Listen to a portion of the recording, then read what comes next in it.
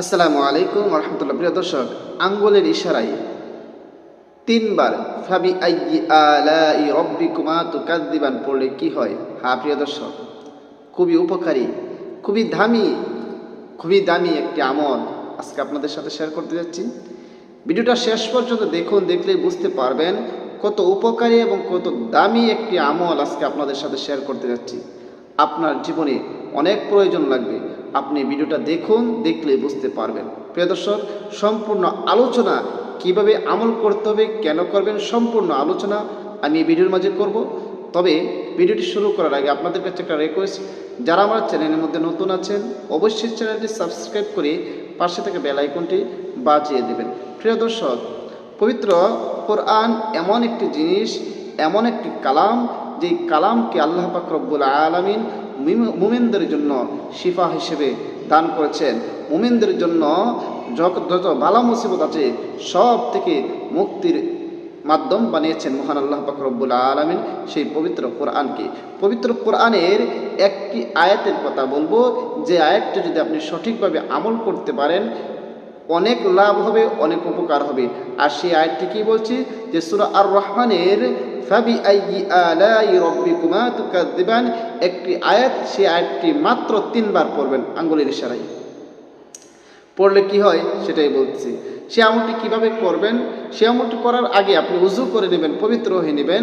এরপরে মনে মনে 3 বার ইস্তিগফার পড়বেন, আস্তাগফিরুল্লাহ রাব্বি মিন কুল্লি যামবি ওয়া আতুবু ইলাইহি লা হাওলা ওয়ালা কুওয়াতা ইল্লা বিল্লাহি আলিয়্যিল আযীম। 3 বার ইস্তিগফার পড়ার পরে এরপর 3 বার যে কোনো দুরূদ শরীফ পড়েন আপনারা পড়ে নেবেন। আল্লাহুম্মা সাল্লি আলা মুহাম্মাদি ওয়া আলা আলি মুহাম্মাদ কামা সাল্লাইতা আলা ইব্রাহিম ওয়া আলা আলি ইব্রাহিম ইন্নাকা হামিদুম মাজিদ।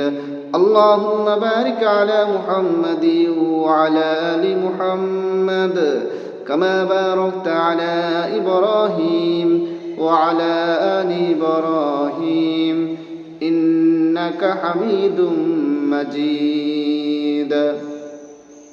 এরকম ভাবে 3 বার ইস্তিগফার এবং 3 বার দুরূদ শরীফ পড়ার পরে এরপর আপনি পড়বেন ফাবি আইয়ি আলাই রব্বিকুমা তুকাযযিবান ফাবি আইয়ি আলাই রব্বিকুমা তুকাযযিবান ফাবি আইয়ি আলাই রব্বিকুমা তুকাযযিবান 3 বার পড়বেন আর আঙ্গুলের দ্বারা ইশারা করবেন।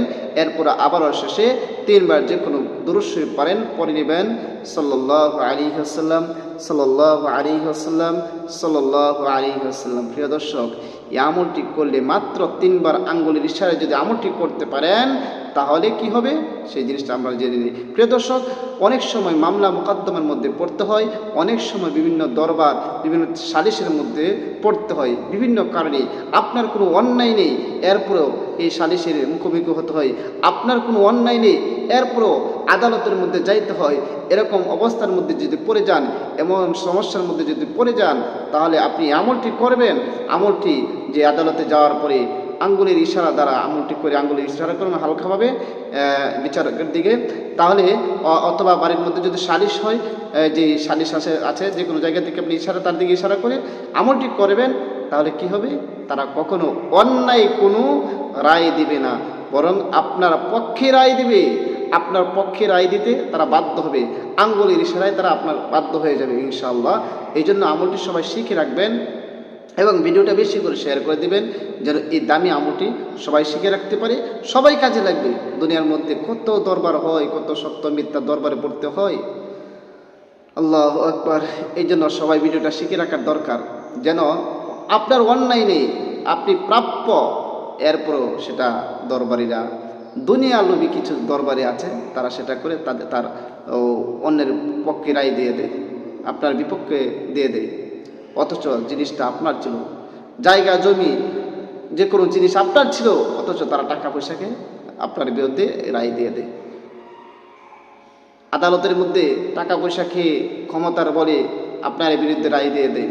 সুতরাং আপনি যদি আমলটি করতে পারেন, আপনি যদি আল্লাহর উপর পূর্ণ আস্থা রেখে আমলটি করতে পারেন, আপনার পক্ষে রায় আসবে, আপনার বিপক্ষে রায় যাবে না। হ্যাঁ প্রিয় দর্শক, এই জন্যই বলেছি এটা শিখে রাখুন। আর ভিডিওটা বেশি করে শেয়ার করে দেবেন যেমন সবাই শিখে রাখতে পারে। আর সবাইকে অসংখ্য ধন্যবাদ ভিডিওটি দেখার জন্য। আসসালামু আলাইকুম রহমতুল্লাহ।